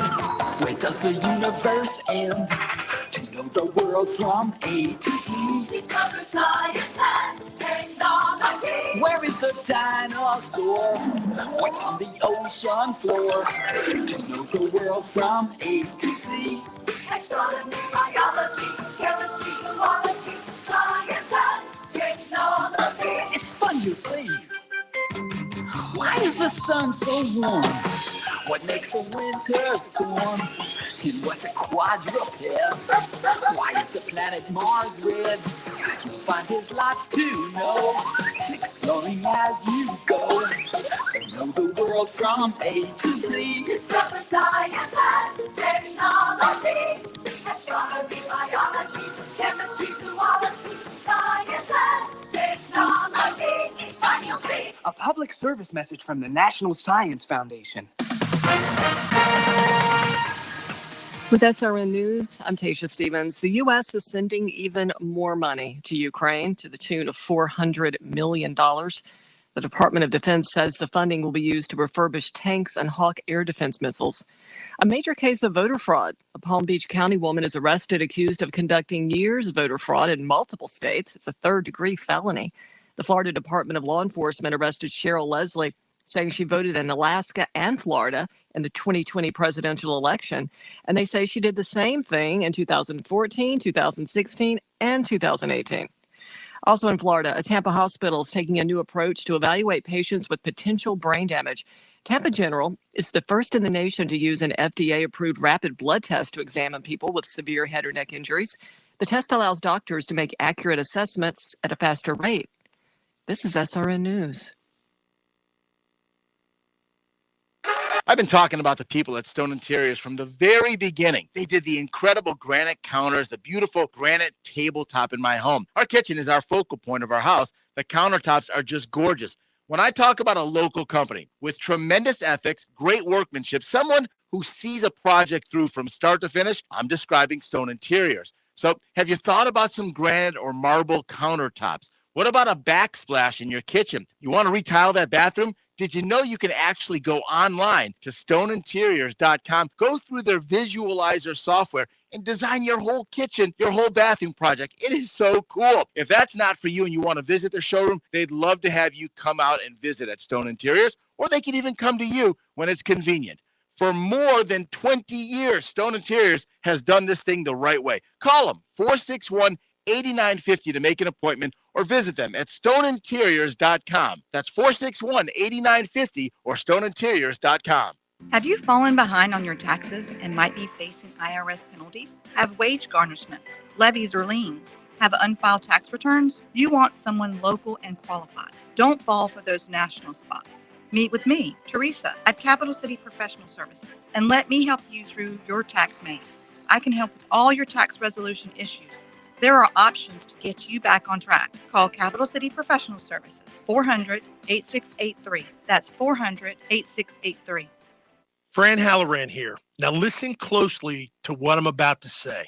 I'm a business owner, and many of you listening right now, you're business owners as well. The first rule in owning a business is this: don't waste money. I see business owners waste their marketing dollars all the time. Not me. I figured out a long time ago, 8 years ago to be exact, that spending my marketing dollars at the point was not only intentional, but extremely profitable as well. If you're a small business owner, you owe it to yourself to sit down with Kevin Cohen and ask him to create a custom marketing plan for your business. He's looking for folks just like you who believe in local, to partner with him in 2022 and beyond. Trust me when I tell you, partnering with The Point works. You will see results and your marketing budget will no longer be wasted. Give Kev a call at 803-563-8558 and tell him the Money Coach sent you. Look out, world, we're getting strong. The future's here and we belong. Like build a rocket and watch it soar. Clean the oceans and make the world a better place. Oh,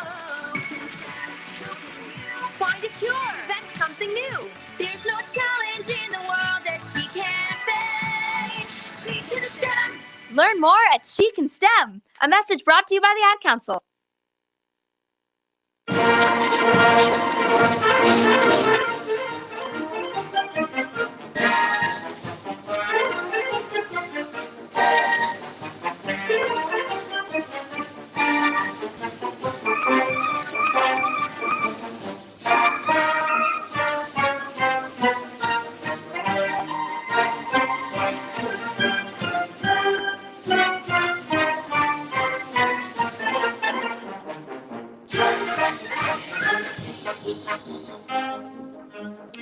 Okay, we're back. It's the high school football scoreboard here on the Sports Talk Media Network. Phil Kornblut, David Shelton, J.P. Barry, Ian Guerin joining us from the Prep Red Zone tonight. He was at the North Myrtle Beach Irmo game. Irmo won that thing in a good one, 14-7.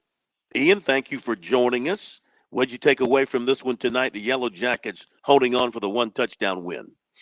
Yeah, I mean, it was a close game. I don't know if I would necessarily say it was a good game. And honestly, it all boiled down to Irmo's sophomore quarterback, A.J. Brand. I mean, he had a really bad game by his standards, and his dad even said so. But the kid made just an amazing throw in the fourth quarter, about halfway through the fourth quarter, and he hit Tevin Smith on the numbers with a defender all over him, diving in the end zone. And it was one of those throws where, I mean, my first reaction was, where did this thing come from? Because all night, I mean, he's kind of dinking and dunking a little bit. Like, you know, his first 18 passes went for like 28 or 30 yards or something. I mean, he just wasn't having a very good game. So then he throws that touchdown pass, and then they force North Myrtle to punt. They get the ball back, and he just turns into this dynamic runner. He rushes for 2 first downs, and they're able to kneel out the game. And I tell you, I think, you know, and this is what, you know, I'm working on for Prep Red Zone right now. I think those 3 plays, the throw and the 2 scrambles, are what college recruiters are looking at. And that's why he's got some offers, and that's why he's going to get a bunch more. Because I tell you what, that throw was really special, and it really capped off a game that otherwise was very ugly. The offenses looked like they were completely out of sync. There just wasn't a lot there. But, you know, I just think that's the takeaway right there. I mean, his other touchdown pass of the game was a he reached down. It was a well-designed play, but, you know, it just wasn't anything special. Yeah, he reached down deep, I guess, when it was most needed. What about Irmo moving forward now? And they'll draw, James Island next week? So what are you expecting there? Yeah, they're going to have to play a lot better. They're going to have to be able to run the football. James Island is having, you know, one of their best seasons ever. It's a really special team, and obviously with you know, my teams in my neck of the woods, you know, Myrtle Beach going down to May River, and, you know, a number 5 seed from this region beating May River at home for the second year in a row, setting up that rematch with, you know, in West Florence. I think that's going to be another one of those really kind of deciding games for the lower state bracket. I think that James Island is probably going to win, and I think West Florence is going to win. But, you know, it wouldn't surprise me if either one of those other 2 teams, you know, rose up and pulled off another road victory. Okay, sir. Ian, thank you very much. We tell everybody to check it out, Prep Red Zone, all over Twitter. And we thank you for the time tonight. We'll look for you next week. Absolutely. Have a good night, guys. Have a great weekend. You too. Thank you very much. Ian Guerin from down in the Horry County area. Okay, David, let's go to the 3A playoffs now. In the upper state, Powdersville beat Crescent 50-14. Chester 56, Blue Ridge 37. Daniel 49, Southside 14. Woodruff 42. Broome 34. Clinton 49. Travelers Rest 14.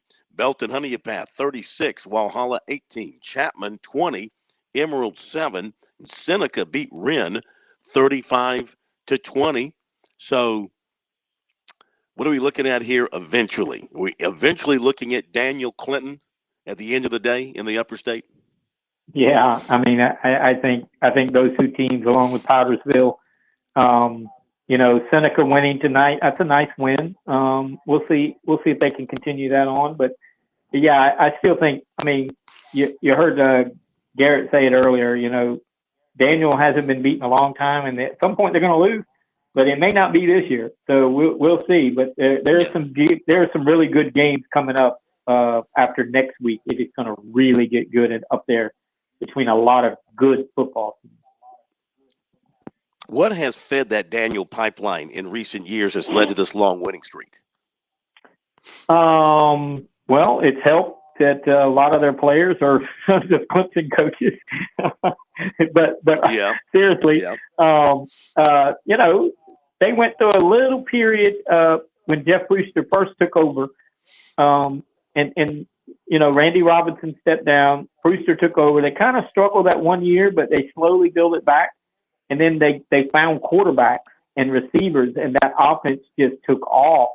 And they still score a lot of points. As a matter of fact, when you said they only scored 49 tonight, I was like upset, because they didn't get 50. But they're just very talented in the skill position every year, and they block well and they tackle well. They do some good things on defense, but for somebody to beat them, they're either going to have to score 40 points or they're going to have to somehow get Daniel in the upper 20s to have a shot, and nobody's been able to do that in like 3 years. Yeah. Okay, Lower State, Camden playing all kinds of defense tonight. They beat Loris 29-2. Lower Richland 35. Philip Simmons 21. Dillon 49. Marlboro County 12. Brooklyn Casey 36. Hanahan 7. Beaufort 52. Orangeburg Wilkinson nothing. Crestwood beat Ainer 38-30. Gilbert 49. Battery Creek nothing. And as we got the report earlier, 3 overtime. Manning defeats Lakewood, stopping a 2-point conversion, 44-42. So I guess still Dillon looks like the cream of the crop in the Lower State. Camden is certainly capable, especially when they play great defense like they did tonight. Yeah. I mean, I tell you, the big upset in that Lower State bracket was Lower Richland going to Philip Simmons and beating them on the road. I mean, Lower Richland's got a couple of athletes and I said this on Bobby Harton's show earlier today that, Philip Simmons is going to have to play very well. You can't look at 2 versus 3 because Lower Richland played some really good teams and they've got really good athletes. Philip Simmons was coming off back-to-back shutouts, so you kind of thought, maybe they were going to make a little run, but quick exit and good win for Lower Richland. But, you got, I think, an interesting game next week. If Brooklyn Casey goes to Dillon with their full roster, they were out a couple of guys tonight and still handled Hanahan, but Hanahan is not Dillon. But Brooklyn Casey will be physical with Dillon. They're the one team in the Lower State, other than Camden, they're the one team that will really match you physically. They will punch you in the face, and you have to respond. And Dillon really hasn't been tested. So would it be, I think it was last year or the year before, this game between Dillon and Brooklyn Casey was just a close slobber knocker. And, if Staten plays, the quarterback plays for Brooklyn Casey, he didn't play tonight, but if he plays next week, they may put a little scare into Dillon. We'll see. Okay, let's go to the 2A in the Upper State. Abbeville showing playoff form. They beat Columbia 70-14. Newberry advances, beating Batesburg Leesville 30-20. Silver Bluff 27, Mid Carolina 14. Fairfield Central 28, 96-7. Strom Thurmond 35, Chesney 7. Keenan 62, Landrum 29, Gray Collegiate 54, Fox Creek nothing, and Saluda 43, Liberty 7. Correct me if I'm wrong, just by following their games, their scores this season. The dark horse here, to me, seems to be Strom Thurmond because they've had a really good year. They've been on a roll here over the last half of the season. It looks like they've got something going this year at Strom Thurmond. Yeah. This is you said it right. They're the sleeper. A lot of people in the Upper State are looking at Gray, Abbeville, Saluda. That's really the teams that everybody's kind of keeping an eye on. But this Strom Thurmond team has won some games. They played very well late. We'll see. It's gonna at some point somebody's gonna have to knock off Abbeville and Gray. And we'll see if Strom Thurmond can do that. But right now, you still have to point to Gray and Abbeville as one of those two teams looks like they're going to be the Upper State representative. But we'll see. I mean, Fairfield Central is capable. Right. It could be some close games. Lower State, Andrew Jackson 66, Ridgeland Hardyville 26, Timberland 26, King Street 6, Barnwell 42, Bishop England nothing, Andrews 50, Buford 21, Oceanside Collegiate 41, Lee Central nothing, Wade Hampton of Hampton 13, Central 7, Cheraw 21, Marion 20, Woodland 47, Lake Marion 33. What do you make of the Lower State? Well, the big upset, 4-1. Cheraw beating Marion 21-20. that's a 4 beating them 1. I think that's the only one that I've heard tonight. And Sherrall was coming off a really nice win last week over Chesterfield. So they're kind of playing better. They've only got 3 or 4 wins, but this Marion team was good enough to win, or good enough to contend for Lower State. So that's one really good team knocked out. They were 9-1. So that's one really good team knocked out. You still got, Oceanside. You still got Woodland down there, Barnwell. So that Lower State is still, pretty stocked full. But Marion was one of those teams that, we were interested to see if they could make a run, and it ends prematurely very quickly. But and that Andrews win over Beaufort, I know they were at home, but that was a matchup of teams that were 8-2. Both of them were 8-2. So one really good team was going to go home tonight, and I think it's a good sign for Andrews that they came to play and put up 50 points, because that's a good win for them. Okay, Oceanside Collegiate continues to roll, and they'll get Wade Hampton next week. Hampton got anything for them? They'll be physical with them, and they'll probably play pretty good defensively. I just don't know offensively if they can score enough. Oceanside's got some weapons on offense, and they don't have everybody yet. But when they get their running back, I don't know if he played tonight. I would think that he didn't, because they could have rested him another week.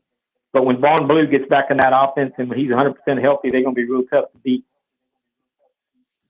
Okay, let's take a look at the 1A. Upper State, Christ Church 45, McBee 7, Calhoun County 33, Dixie 21, Louisville 51, Hunter Connor Tyler 8, Denmark Oler 40, McCormick 8, Wagner Sally 56, Ware Shoals 37, C.A. Johnson 35, Rich Spring Manetta 12, Southside Christian 42, Blackville Hilda nothing, St. Joseph's 61, Whitmire 6. Again, dark horse that I like in the Upper State, just based on following their scores and the kind of year they had, Louisville.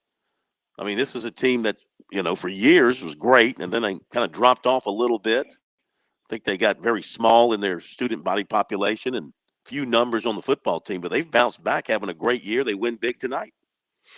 Yeah, they are the sleeper. A lot of people are talking about St. Joe's, Southside Christian, Christ Church in the Upper State, and not a lot of people are talking about Louisville. But it'll get settled here in a couple of weeks. But I think you're right. I think Louisville is a team that if one of those top 3 doesn't really focus and play well, Louisville's capable of beating them. How do 3 teams, St. Joseph, Southside Christian, and Christ Church, probably in terms of mileage, about what, 10 miles from each other in a circle? I don't know for sure. They're kind of up in that area of Greenville, I think, all kind of close together. But all 3 have put together really strong football programs. Yeah. I mean, Christ Church, they kind of stumbled. You remember a couple years ago, they won like 50-something games in a row. But they kind of went to 2A, kind of stumbled a little bit, and now Quinn Hatfield's got them going in the right direction. They're very, very competitive. St. Joe's, same thing. They had some good years, and they kind of fell off, and now they're back in Class A. Southside Christian has won a couple state titles in a row. But you're right. I mean, they're just finding guys, and we don't want to get involved in that big R word that people use when talking about those schools. But they have been very successful this year, all 3 of them. Yeah. All right. Lower State 1A, Johnsonville 57, Military Magnet 14. In the Leon Maxwell Bowl, Bamberg Earhart 42, Latta 12. Latta was driving at the end of the game. Lamar 41, Allendale Fairfax nothing. You all right? Baptist Hill 8, Scotts Branch nothing.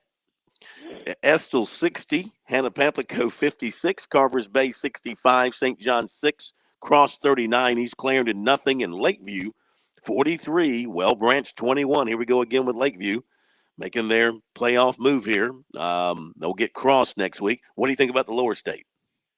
Well, I think that game between Cross and Lakeview will be a really good matchup. Cross is really good. I've seen them. They're a very good football team. So Lakeview going on the road will be a big challenge for them. I still see Estill and Bamberg and Johnsonville. You know, as long as they stay in the bracket, they got a chance. All three are very explosive with good athletes at the skill position. So, you know, and when you look at that, when you look at Cross and when you look at Lakeview, along with those three I just mentioned, that's the one thing they all have in common is they all have skill people. Running backs, receivers, quarterbacks, they all have those. Cross more of a running game, but the other guys can throw it around a little bit. And as you saw tonight, Estill returned the kickoff to win the game. That would have been a huge upset, 4 beating 1, but they found a way to win that game. Okay, in the Skeeza playoffs in 4A, Hammond 49, Augusta Christian 7. In overtime, Porter-Gaud 20, Heathwood Hall 17. Lawrence Manning 28, Cardinal Newman 14, and Trinity Collegiate 28, Ben Lippen 21. 3A, PD Academy advances with a forfeit over Hilton Head Prep, which only had 15 players available, so PD advances. Pinewood Prep 28, First Baptist 26, Wilson Hall 35, John Paul II 8, and Florence Christian 43, Hilton Head Christian 36. 2A playoffs, Williamsburg Academy 43, Thomas Sumter 12. Bethesda Academy 46, Spartanburg Christian 14, Buford Academy 52, Orangeburg Prep nothing, and Colleton Prep 27, Northside Christian 7. 1A playoffs, Lee Academy 54, the Kings Academy 13, St. John's Christian 42, Patrick Henry 6, Thomas Hayward 42, Dorchester Academy 14, and Calhoun Academy 29, Clarendon Hall 6. And then you have your 8-man playoff bracket in Skeeza. And Holly Hill Academy, 74. Lawrence Academy, 28. Richard Wynn, 56. Jefferson Davis, 18. Faith Christian, 40. Wardlaw Academy, 16. The only game we are lacking is W.W. King against Holy Trinity. Anybody has that score, wants to share it with us, text us, tweet at us, or call us at 888-898-2525. Real quick, David, thoughts on the Skeeza playoffs tonight? Yeah, Hammond and 4A is clearly the team to beat. I don't think Porter-Gaud can go there and beat them next week.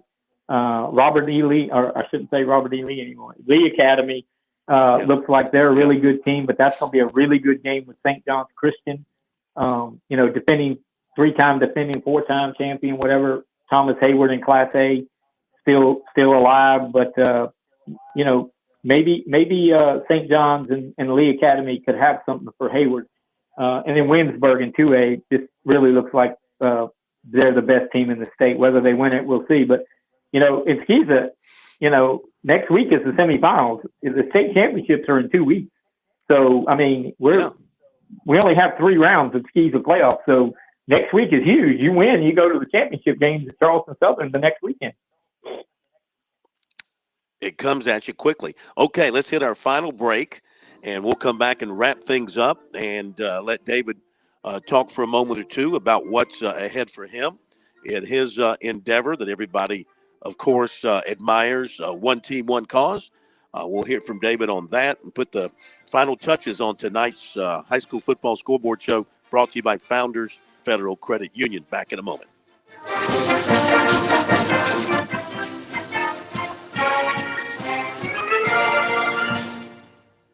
Show your team pride wherever you go with Founders Federal Credit Union's collegiate debit cards. Get your University of South Carolina and Clemson University debit cards at any Founders office or by calling 1-800-845-1614. Plus, our debit cards are digital wallet ready, so you can pay however you please. Not a member? Visit RelaxJoinFounders.com or one of our 37 convenient locations to see if you qualify for membership. Terms and conditions apply. Founders Federal Credit Union is federally insured by NCUA. In Columbia, South Carolina, game days are our specialty. Whether you're watching the game from inside the stadium or from the big screen at your favorite local spot, the energy remains the same. Craft the perfect fall Saturday in a city where there is plenty of action on and off the field.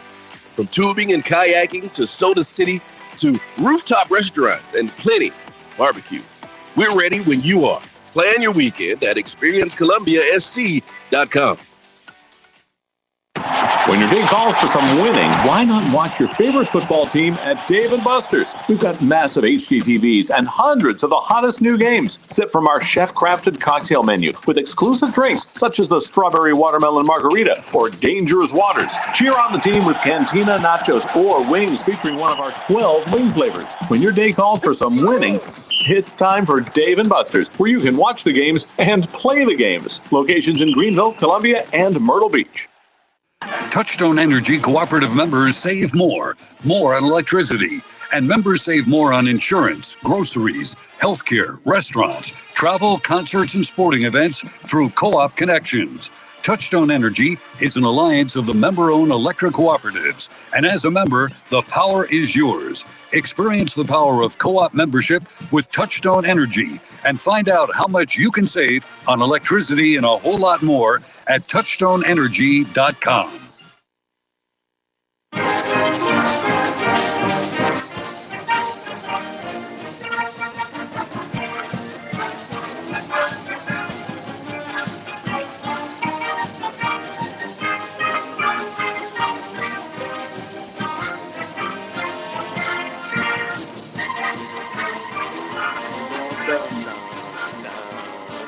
All right, Clemson fans, get ready. Get ready to hear that tune a few times tomorrow night, maybe. We shall see. David, real quick, before we let you talk about One Team, One Cause, I just saw this. Greg Deal from the Greenwood paper tweeted this out. Abbeville, in their 70-14 win tonight, they ran 11 offensive plays the entire game. They had 2 punt returns for touchdowns. They blocked a punt for a touchdown. They had a pick six. And according to Chris Trainer, another reporter, they had several one-play scoring plays. So just bing, bang, boom for Abbeville. That might be a record. 11 plays, 70 points. That might be a record. That and what you saw tonight, I guess, will go down as the record-setting moments of this Friday night. Okay, before we wrap it up, One Team, One Cause. What's working for you? What you got coming up? Well, I got a big event this week. Tuesday and Wednesday, I'm hosting the first ever One Team, One Cause Low Country Basketball Jamboree, high school basketball. We're gonna have some girls games on Tuesday night. So instead of sitting around and watching the boring election results, come watch some basketball. And then on Wednesday night, we'll have some boys games, 3 or 4 hours each night. I got about 28 teams involved. We're going to have some information to hand out to kids about drug use, drug prevention, and how if they need help, we can get them help. But won't be doing any speaking this week, but I am really excited to be able to host this jamboree with the help of the North Charleston Athletic Center. They're giving me the venue, and we've had a lot of great coaches put their teams in this event. And it's just another way that we're trying to find ways to create exposure for our cause. And this is one way that we can do this, and really excited to get this thing going and watch a little bit of high school basketball. That's fantastic. Hope folks will get out and support it and also take heart to the message that you're putting out there. David, we thank you as always. Have a great week. We look forward to being with you next week for round 2. It's going to get funnier next week. More fun and funnier. Can't wait. All right. Thank you. Hope you feel better. JP.